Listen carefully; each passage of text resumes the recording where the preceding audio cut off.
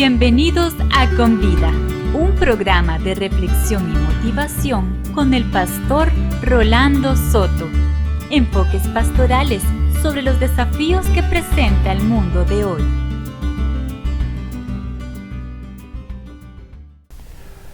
Bienvenidos una vez más al programa de Con Vida.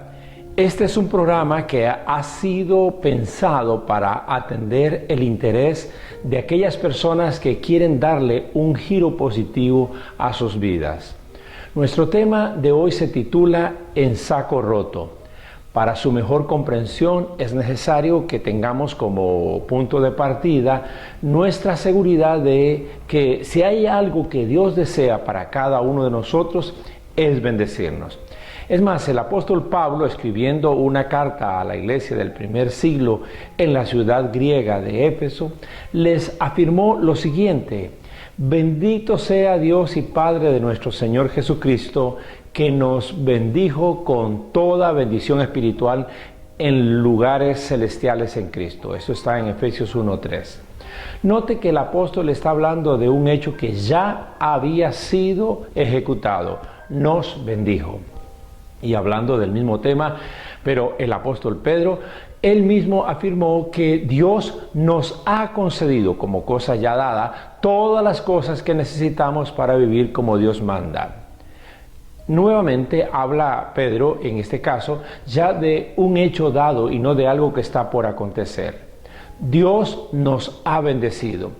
Y el libro de Proverbios en el capítulo 10, versículo 22 asegura que la bendición del Señor es la que enriquece y no añade tristeza con ella. En otras palabras, la bendición del Señor trae riquezas y nuestras preocupaciones y fatigas no agregan nada.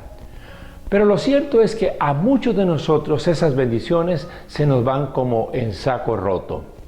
Y de allí la importancia de enfocar este tema. Nuestro tema se inspira en las palabras de un profeta antiguo, el profeta Ageo. Él profetizó después de que el pueblo judío comenzó a regresar a su tierra allá como unos 70 años después de su experiencia de exilio en el 520 a.C.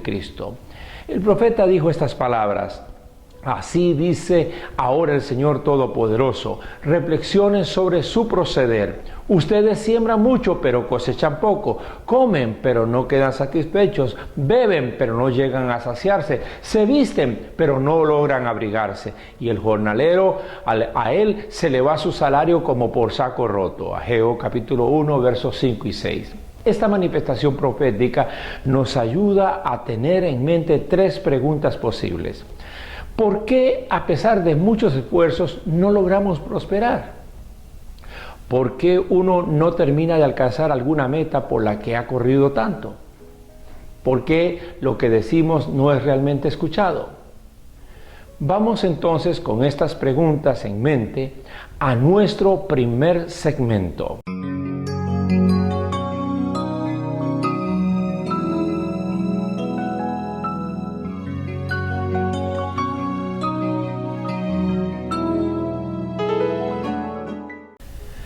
Tomemos una situación de nuestra vida y abordémosla con el propósito de que en este aspecto podamos mejorar. Seguramente usted habrá escuchado o habrá dicho en algún momento una frase como esta: todo lo que hago me resulta como si estuviera echando monedas en un saco roto. Usted seguramente se refiere a que no ve prosperar sus esfuerzos. Mencionemos tres áreas en las que a uno le resulta penosa esta situación. La primera, el área de las relaciones personales. Usted le habla y le habla a su hijo, a su esposo, a su esposa, a un empleado, a un amigo y nada cambia. Es como si le hablara a una persona de oídos sordos. De hecho, la frase echar en saco roto es una frase utilizada en culturas como la española para indicar que por más valiosas que sean tus opiniones o peticiones, no logran ser realmente tenidas en cuenta. Te puede dar la impresión de que la persona te está poniendo atención, pero lo que le dices finalmente no lo hará, no lo hace. La segunda área es el área de las metas personales. Te propones que vas a alcanzar un plan o vas a desarrollar un proyecto o vas a constituir una empresa.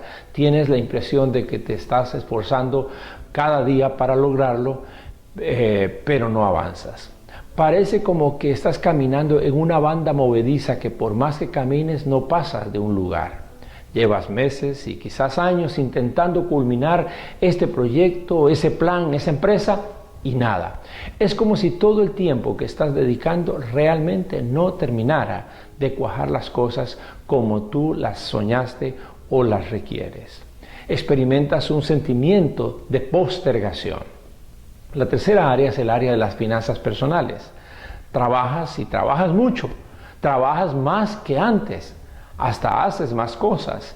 Si recibes más dinero, no lo parece porque echas y echas a tu bolsa, pero rápidamente ya no tienes nada. Compras y no cubres tus necesidades.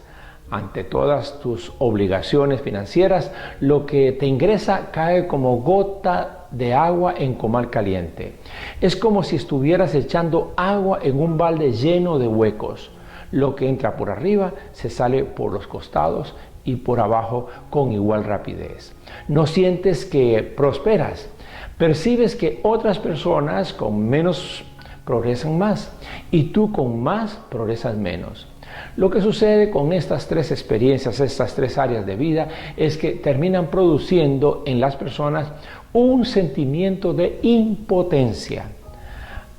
Haces todo lo que puedes, pero no te salen las cosas. Cuando esto se vuelve repetitivo, va produciendo incredulidad, fastidio, pero sobre todo este sentimiento de impotencia. Es decir, ese sentimiento de sentir que por más que trates, no puedes. Conocemos personas que llegan a la conclusión de que han sido abandonadas por Dios, que Dios les ha dado la espalda o que Dios ha permitido una maldición sobre sus vidas o simplemente que Dios no les favorece. En esa posición no pocas personas alzan el puño al cielo y hasta se llenan de ira con Dios. En la segunda carta de Pablo a los Corintios hay una afirmación usualmente aceptada. Dice así: el que siembra escasamente, escasamente cosechará. Y el que siembra en abundancia cosechará. 2 Corintios 9:6. Se les llama la ley de la siembra y la cosecha. Lo que se indica es que la cosecha es proporcional a la siembra. No obstante, el profeta Ageo, que ya mencionamos, tiene otra realidad en mente. Él decía: ustedes siembran mucho, pero cosechan poco. Capítulo 1, verso 6 de ese libro profético. Aquí se está hablando de la gente donde la ley de la siembra y la cosecha no se les da. Esta es una alteración de la regla que rige para la esfera material y para la espiritual. En otras palabras, esta condición es una situación anormal en el plano de las leyes de Dios. ¿Cómo es que sembrando mucho se coseche poco? Pero no solo eso, porque agrega: comen pero no quedan satisfechos, beben pero no llegan a saciarse, se visten pero no llegan a abrigarse o no logran abrigarse. En otras palabras, son personas que no alcanzan la plenitud, no hay satisfacción de vida en ellos. Hacen lo que deben hacer pero no son correspondidos en sus esfuerzos. ¿Cómo ha de entenderse esto? Aquí se habla de comer, beber y vestir, que son cosas básicas. Estas tres áreas, comer, beber y vestir, nos parecen estar asociadas también a las palabras de Jesús durante su famoso Sermón de la Montaña. Allí Jesús, en Mateo capítulo 5, 6 y 7, levantó la voz y le dijo a la multitud que lo acompañaba: por eso les digo, no se preocupen por su vida, qué comerán o beberán, ni por su cuerpo cómo se vestirán. ¿No tienen la vida más valor que la comida y el cuerpo más que la ropa? Jesús está hablando a la gente que da más valor a la comida, a la bebida y al vestido, a tal punto que viven preocupados por esas cosas materiales básicas.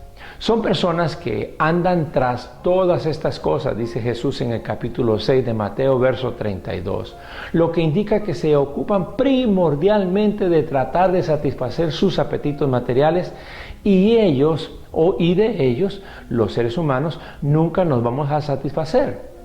Jesús indicaba que nuestra prioridad no debe ser la satisfacción de esas cosas que Dios sabe que las necesitamos y que Él las provee para sus hijos e hijas como lo hace para los gorriones. Nuestra prioridad está señalada por el Maestro cuando dijo: más bien busquen primeramente el reino de Dios y su justicia, y todas estas cosas les serán añadidas. Entonces, ¿qué sucedía con la gente en tiempos del profeta Ageo? Pues sucedía algo similar a lo que sucede con mucha gente hoy. Lo explico. En Ageo, el capítulo 1, versículo 2, allí se da razón de ser de por qué es que surge este mensaje. El profeta señala: así dice el Señor Todopoderoso. Este pueblo alega que todavía no es el momento apropiado para ir a reconstruir la casa del Señor. Y vuelve el Señor, por medio del profeta, a preguntarles: ¿acaso es el momento apropiado para que ustedes residan en casas techadas, mientras que esta casa, se refiere al templo, está en ruinas? Capítulo 1, versículo 4. Y finalmente, en el versículo 9 de ese capítulo, el Señor saca la conclusión: ustedes, dice, esperan mucho, pero cosechan poco. Lo que almacenan en su casa, yo lo disipo en un soplo. ¿Por qué? Porque mi casa está en ruinas, mientras ustedes solo se ocupan de la suya, afirma el Señor Todopoderoso. Las prioridades del pueblo de Dios en aquella época reflejan lo que hoy también sucede. El materialismo centrado en la satisfacción propia está por encima de la prioridad con que la obra de Dios debiera ser tratada por los hijos e hijas de Dios. Con cuánta facilidad una familia se desprende de miles de colones para adquirir, qué sé yo, una pantalla de televisión, y con cuánta dificultad respalda la misma familia la obra del Señor. Y la pregunta es evidente: ¿cuál de las dos tiene más trascendencia y resulta más influyente en la historia de la salvación? Lo que Dios está diciendo por el profeta Ageo es que las cosas se nos van como en saco roto porque no tenemos la condición y la autoridad espiritual para retener la bendición de Dios, a causa de que hemos quebrantado de algún modo el orden de Dios. Lo que hay en el fondo de todo esto es una ausencia de verdadera conciencia de que todo lo que tenemos proviene de Dios y pertenece a Dios. Al volver para nuestro segmento siguiente, nos pondremos de cara a justamente la palabra de Dios.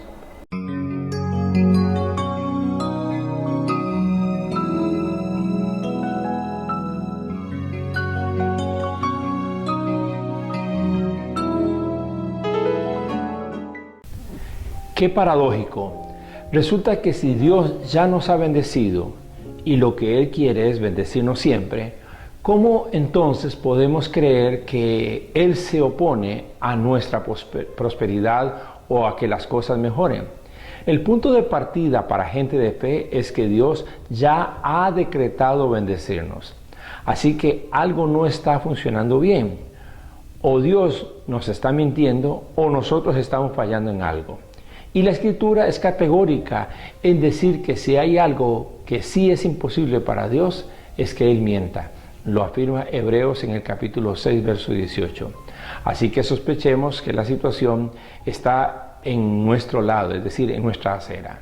A ver, comencemos con algo muy básico. Todas nuestras cosas, todas nuestras ilusiones, todo nuestro pasado, nuestro presente y el mañana, dice una canción, lo que he obtenido, lo que he de alcanzar, lo que he decidido, lo he recibido, lo entrego a ti, pues todo es tuyo y de lo que me has regalado te daré. Esta canción tiene un pensamiento que es muy central en la Biblia. Así lo comprendió el rey David cuando se presentó delante de Dios y de todo su pueblo cuando iban a dar ofrenda. En esa ocasión era para la construcción del templo. Y observemos los conceptos que se expresan en Primera de Crónicas 29, 11 y 12. Allí dice que tuyos son, Señor, la grandeza y el poder, la gloria, la victoria y la majestad. Tuyo es todo cuanto hay en el cielo y en la tierra. Tuyo es también, dice, el reino, y tú estás por encima de todo. De ti proceden la riqueza y el honor, tú lo gobiernas todo. En tus manos están la fuerza y el poder, y tú eres quien engrandece y fortalece a todos. Por eso, Dios, dice el texto, te damos gracias y a tu glorioso nombre tributamos alabanza. Pero pregunta, ¿quién soy yo y quién es mi pueblo para que podamos darte estas ofrendas voluntarias? En verdad, sigue diciendo el texto, tú eres el dueño de todo y lo que te hemos dado, de ti lo hemos recibido. Según el libro de Hebreos 11:3, todo el universo fue creado por la palabra de Dios, de tal manera que cada cosa existe porque se origina en Dios. Así, por lo tanto, si Él es el creador de todas las cosas, entonces es evidente que Él es también el dueño de todas las cosas que pasan por nuestras manos y que pretendemos poseer. En realidad, lo que uno le da a Dios no es otra cosa